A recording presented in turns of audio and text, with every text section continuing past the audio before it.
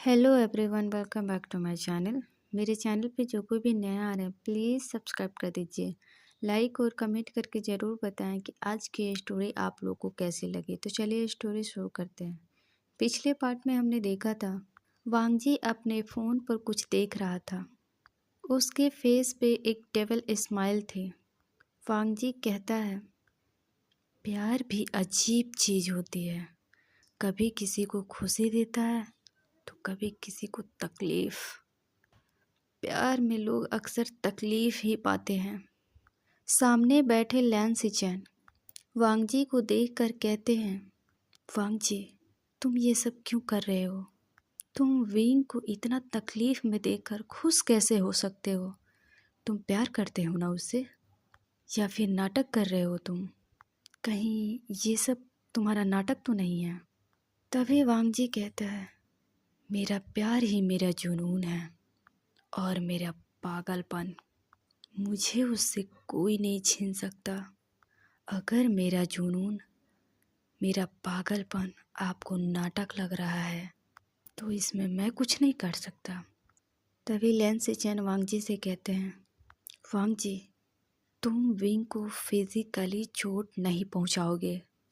तभी वांगजी कहता है, वो मेरी हस्बैंड है, मैं उसके साथ कुछ भी करूं या फिर जो चाहे वो करूं। मुझे आपसे नहीं सीखना चाहिए क्या करना चाहिए और क्या नहीं। मुझे आपसे सीखने की ज़रूरत नहीं है गग्गा। वांगजी तुमने मुझसे प्रॉमिस किया था कि तुम विंग को फिजिकली टच नहीं करोगे जब तक विंग की मर्जी ना हो। ओहो गग्गा, मैंने आपसे प्रॉमिस किया है तो मैं अपने प्रॉमिस को निभाऊंगा। उससे ज़्यादा मुझसे आप कुछ भी उम्मीद ना ही रखें तो आपके लिए बेटर होगा। अगर वो मुझसे प्यार नहीं करेगा या फिर भागने के बारे में सोचेगा भी तो मैं उसे छोड़ूंगा नहीं। वहीं दूसरी तरफ कॉलेज का सीन दिखाया जाता है। विंग नी हुशांग से अपनी पूरी स्टोरी बताता है। नी हुशांग जैसे जैसे विंग के बारे में पता चल रहा था उसे बहुत गुस्सा आ रहा था, वो भी वांगजी पे। विंग के बारे में जानकर नी हुशांग कहता है, विंग मैं तुम्हें यहाँ से भागने में मदद करूँगा। मेरी कोई भी ज़रूरत हो तुम्हें तो प्लीज़ मुझे बताना। ये तुम्हारा दोस्त हमेशा तुम्हारे लिए खड़ा रहेगा। मैं तुम्हारे लिए कुछ भी करूँगा। तुम्हारे बारे में मुझे पहले कुछ भी नहीं पता था, लेकिन अब मुझे सब कुछ पता चल गया है, तो मैं तुम्हें भागने में मदद करूँगा। तभी विंग ने हुसैन को रोकते हुए कहता है, मैं इस रिश्ते को एक मौका देना चाहता हूँ। मैं इस रिश्ते से नहीं भागना चाहता। नी हुसैन गुस्से में कहता है, तुम्हारा दिमाग खराब हो गया है? उसने तुम्हारे साथ इतना बुरा किया फिर भी तुम उसके साथ रहना चाहते हो? तुम उसे एक और मौका देना चाहते हो? विंग मेरी बात मानो, वो पर्सन तुम्हारे लिए अच्छा नहीं है। तुम उससे ज़्यादा बेटर डिजर्व करते हो। प्लीज़ विंग मेरा बात मान लो। तभी विंग कहता है, नी हुसैन उस पर्सन से मेरी शादी हुई है।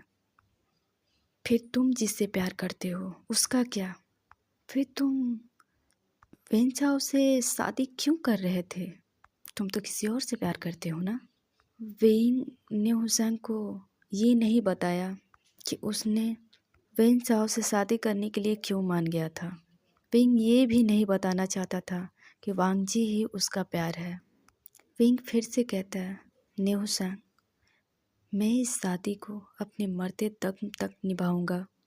मैं उसे एक और मौका देना चाहता हूँ सब कुछ ठीक करने के लिए।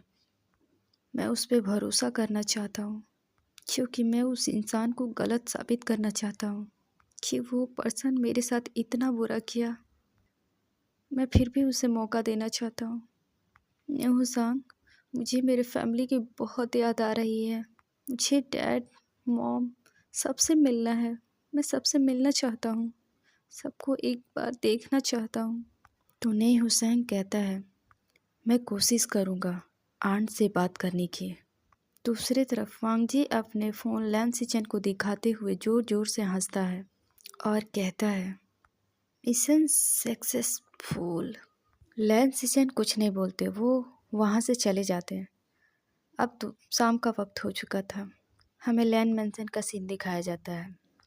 विंग आंसू के साथ मिलकर डिनर तैयार कर रहा था। आज विंग ने सब कुछ वांग जी के पसंद का बनाया था। उसने लैन सिचन से वांग जी की पसंद के बारे में पूछा था कि उसे क्या खाना पसंद है और उसे क्या खाना नहीं पसंद है।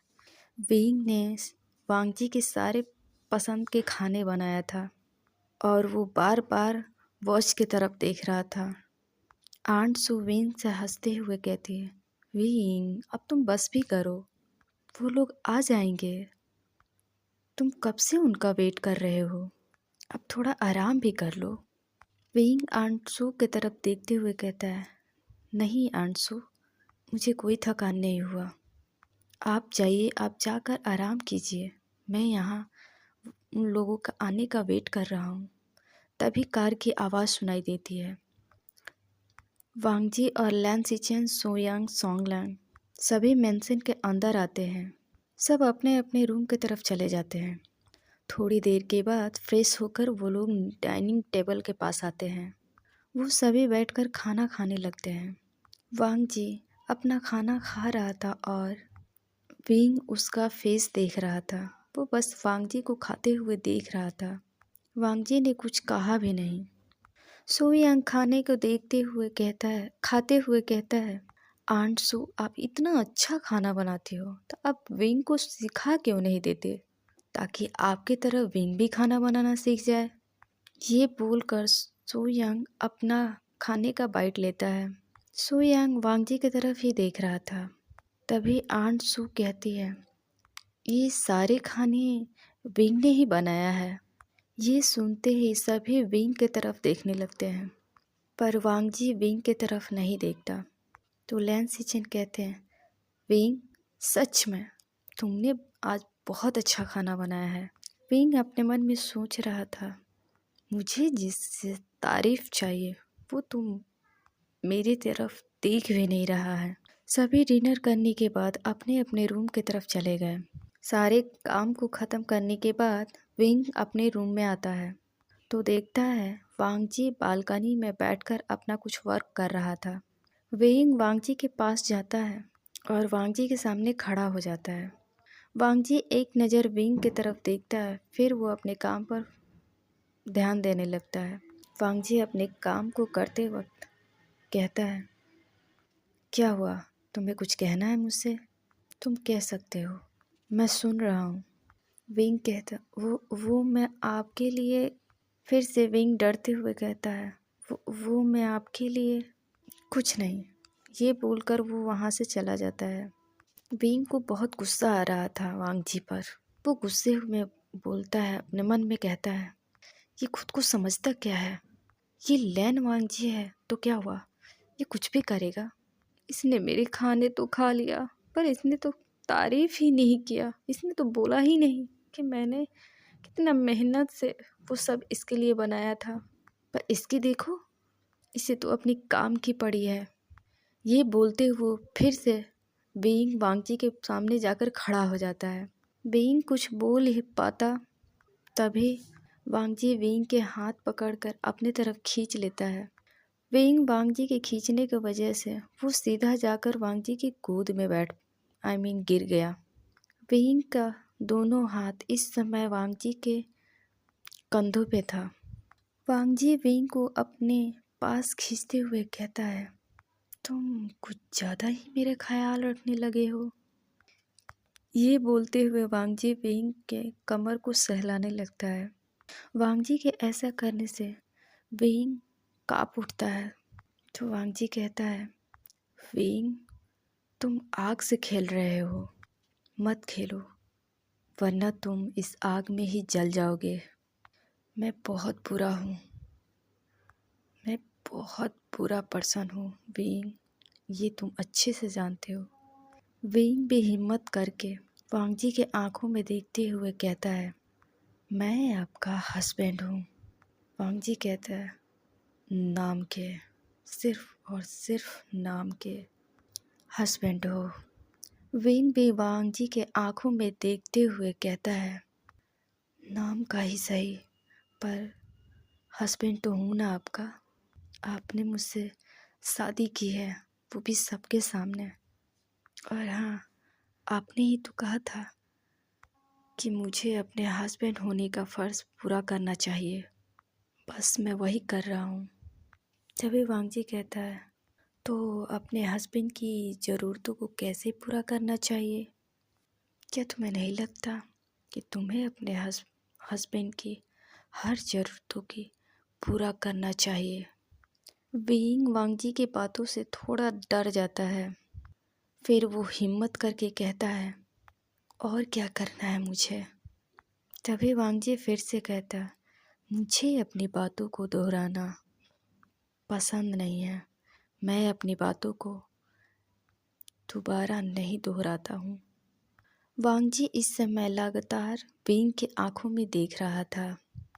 विंग के मन में जैसे ही ये ख्याल आता है कि उसके बीच और वांग जी के बीच सब कुछ पहले ही हो चुका है, तो विंग को इस बात से साय फील होती है। विंग को इस वक्त वांग जी के बातों से साय फील हो रही थी। फिर भी वो हिम्मत करके कहता है, तो मुझे क्या करना चाहिए? विंग वांग जी के आंखों में देखते हुए कहता है, वो दोनों इस वक्त एक दूसरे के बहुत करीब थे। विंग धीरे धीरे वांग जी की तरफ बढ़ रहा था। वांग जी लगातार विंग को ही देख रहा था। विंग वांग जी के पास आकर वांग जी के होठों पे लिप्स पे अपना लिप्स रखकर किस करने लगता है। विंग वांग जी को पैसिनेट किस कर रहा था। विंग वांग जी के लोअर लिप तो अपर लिप दोनों को सक कर रहा था। धीरे धीरे वांग जी की किस में विंग खोता चला जा रहा था। वांग जी भी अपने दोनों हाथों को विंग के कमर पे मजबूत कर लेता है और विंग को किस करने लगता है। वो दोनों ही उस किस में खो जाते हैं। बाहर बहुत ही ठंडी हवा चल रही थी। थोड़ी देर मौसम भी ठंडा होने वाला था। विंग को अब ठंड लग रहा था। दोनों के लिप्स एक दूसरे से जुड़े हुए थे। वांग जी वैसे ही विंग को उठाकर रूम में ले आता है। वो दोनों अब भी एक दूसरे को किस कर रहे थे। वांग जी विंग को ले जाकर बेड पर लिटाकर उसके ऊपर आ जाता है और उसे किस करने लगता है। अब विंग को सांस लेने में तकलीफ़ हो रही थी। विंग वांग जी के चेस्ट पर हल्के हल्के मारने लगता है। ऐसा महसूस होते ही वांग जी ने विंग को धीरे से छोड़ा और विंग के कलर बोन पे किस करने लगा। वांग जी के ऐसा करने से विंग गहरी गहरी सांसें लेने लगा। तभी विंग को थोड़ी सी घबराहट होने लगी। उसके चेहरे पर पसीना आने लगा। विंग घबराते हुए कहता है, छोड़ो मुझे, छोड़ो छोड़ो मुझे, प्लीज़ छोड़ दो मुझे, मुझे ऐसे मत छो। अचानक से विंग पैनिक करने लगा। विंग बहुत ज़्यादा साउंड करने लगा। वांग जी जो विंग को किस करने में बिजी था, वो विंग के फेस को देखने लगता है जो पूरे पसीने से भीगा हुआ था। विंग की धीरे धीरे आवाज़ बढ़ती जा रही थी। वो जोर जोर से चिल्लाने लगता है, मुझे छोड़ दो, मुझे प्लीज़, मुझे छोड़ दो, मुझे छोड़ दो। मम्मा हेल्प, डैडी हेल्प, मुझे बचाओ। वांग जी बैठकर विंग के सिर को सहलाने लगता है। विंग, चुप चुप हो जाओ, सब ठीक है यहाँ। देखो देखो, मेरे बात सुनो, देखो मेरी तरफ देखो, सब कुछ ठीक है। कोई तुम्हें कुछ नहीं करेगा, मैं हूँ ना, मैं तुम्हारे पास हूँ। पहली बार था वांग जी ने विंग का नाम लिया था। विंग अपने होश हवास में नहीं था। वांग जी विंग को हक कर लेता है। वो विंग को शांत कराने लगता है। कुछ देर बाद विंग शांत हो जाता है और वो सो जाता है। वांग जी विंग को इस हालत में देखकर डर गया था। वांग जी अपने मन में कहता है, विंग मुझे नहीं पता तुम्हारे साथ क्या हुआ है तुम्हारे पास्ट में, पर मैं जान के रहूँगा तुम्हारे पास्ट में तुम्हारे साथ क्या हुआ है। वांगजी विंग को लेकर बेड पे लेट जाता है और विंग को सहलाते हुए देखते हुए सो जाता है। अब सुबह हो चुकी थी। विंग रोज की तरह सुबह उठता है तो अपने आसपास हाथ फेरता है तो उसे अजीब महसूस हुआ। विंग अपने आंखें खोलकर साइड में देखता है तो वांगजी आज उसके साथ उसके बगल में था। विंग शॉक हो जाता है क्योंकि रोज वांगजी उससे पहले उठ जाता था।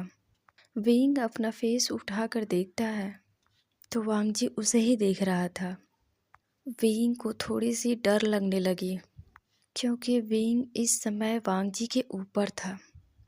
विंग हड़बड़ा कर उठने लगता है। तभी वांगजी फिर से विंग को अपने ऊपर खींच लेता है और टाइटली हग कर लेता है और विंग से कहता है, गुड मॉर्निंग वाइफी। विंग अपना फेस नीचे करते हुए कहता है, छोड़िए मुझे। वांगजी विंग को और कस के पकड़ते हुए उसे अपने नीचे कर लेता है। विंग बस वांगजी को ही देख रहा था। वांगजी विंग के फेस पे अपने फिंगर को फिराते हुए कहता है, अब तुम्हें मुझसे शाय फील हो रही है। जरा खुद को देखो, कैसे टमाटर की तरह रेड हो गए हो।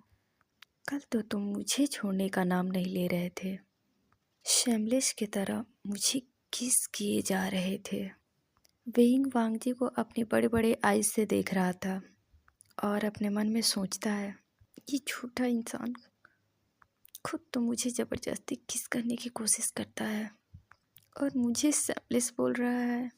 विंग अपने मन में क्या सोच रहा था, शायद वांगजी समझ चुका था। वांगजी के फेस पर एक स्माइल आ गई। वांगजी के फेस पर स्माइल विंग नहीं देख पाया। विंग को इस वक्त वांगजी से बहुत शाय फील हो रहा था। उसका मन कर रहा था कि वो अभी के अभी कहीं गड्ढा खूने और उसके अंदर छिप जाए। वांगजी विंग के लिप्स पर एक छोटा सा किस करता है और कहता है, गेट अप। मुझे देर से उठने वाले लोग बिल्कुल पसंद नहीं हैं। ये बोलकर वांगजी वॉशरूम चला जाता है। विंग बस वांगजी को जाते हुए देख रहा था। विंग अपने लिप्स पर हाथ रख देता है जहाँ अभी अभी वांगजी किस करके गया था। विंग को बहुत शाय फील हो रही थी। विंग अपने दोनों हाथों से अपने फेस को छुपा लेता है। फिर उसे वांगजी की बात याद आती है। वो सामने घड़ी में टाइम देखता है तो जल्दी से उठकर फ्रेश होने के लिए चला जाता है। आज वांगजी और लैंसिचन को कहीं मीटिंग में जाना था, इसलिए वो पहले ही ऑफिस के लिए निकल गए थे। विंग सभी के लिए लंच बनाकर वांगजी के ऑफिस गया था। सभी टेबल के पास बैठे थे। वांगजी ऑफिस के कपड़ों में काफ़ी हैंडसम लग रहा था। विंग की नज़र जब वांगजी पर गई तो वो एकटक वांगजी को ही देख रहा था। तभी सुयांग के बातों से विंग होश में आता है। तभी वांगजी की नज़र विंग पर पड़ी जो बहुत खूबसूरत लग रहा था। वांगजी एकटक विंग को देख रहा था क्योंकि विंग इस वक्त काफ़ी ज़्यादा खूबसूरत लग रहा था। टेबल के पास सभी बैठे हुए थे। तभी जो न्यूज़ चल रही थी उसमें अचानक एक न्यूज़ चलने लगती है। उस न्यूज़ में एक बहुत बड़े बिजनेसमैन की बहुत ही बेरहमी से मर्डर किया गया था। विंग सुनता है तो उसकी भी नज़र टीवी के पास जाती है।